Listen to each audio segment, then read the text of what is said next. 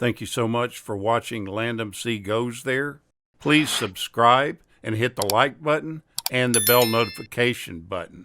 Pale Rider is a 1985 American Western film that was produced and directed by Clint Eastwood, who also stars in the lead role. This movie took in over $41 million at the box office and became the highest grossing Western of the 1980s. The storyline goes that when property owner Coy LaHood, played by Richard Dysart, starts using a band of hooligans to terrorize a group of small-town miners into giving up their territory, an enigmatic man named Preacher, played by Clint Eastwood, arrives in town to save the day. Preacher fends off the attacks and then goes directly to LaHood to negotiate with him. When the miners, led by Hull Barrett, played by Michael Moriarty, refuse their terms, LaHood sends Marshall Stockburn, played by John Russell, to take down Preacher and all the others. The movie was primarily filmed in the Boulder Mountains and the Sawtooth National Recreation Area in central Idaho, just north of Sun Valley. Filming started in late 1984. The opening credit scenes featured the jagged Sawtooth Mountains south of Stanley.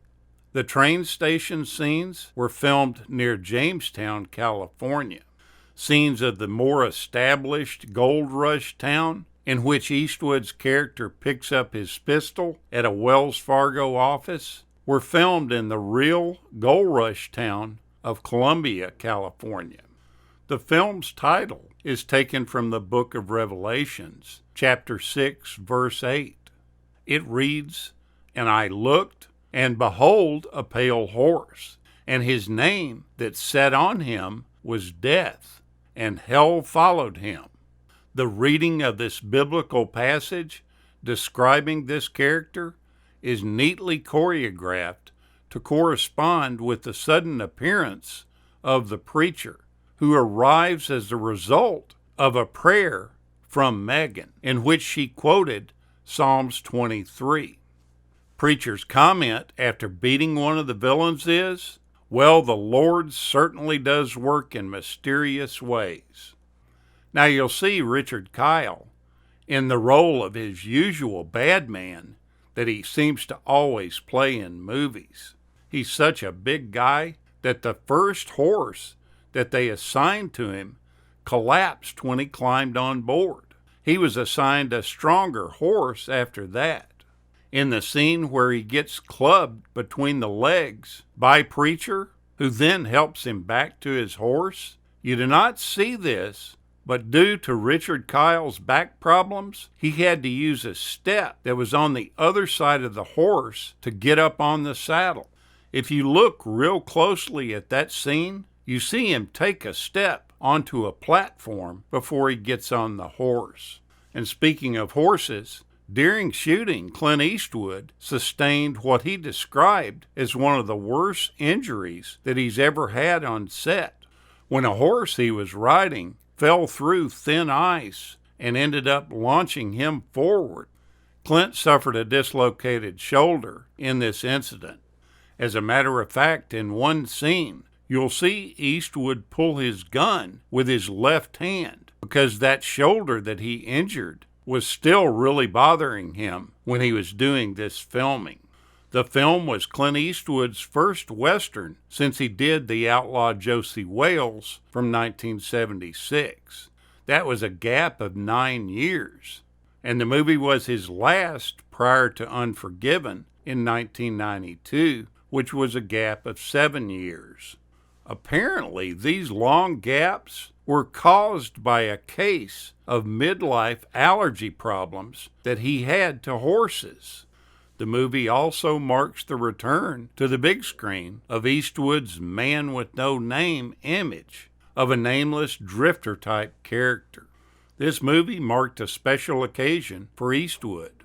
You see, at the night of the West Coast premiere of the film in Carmel, California, Eastwood had a fling with a flight attendant named Jacqueline Reeves, who lived in an apartment just a few blocks from the theater.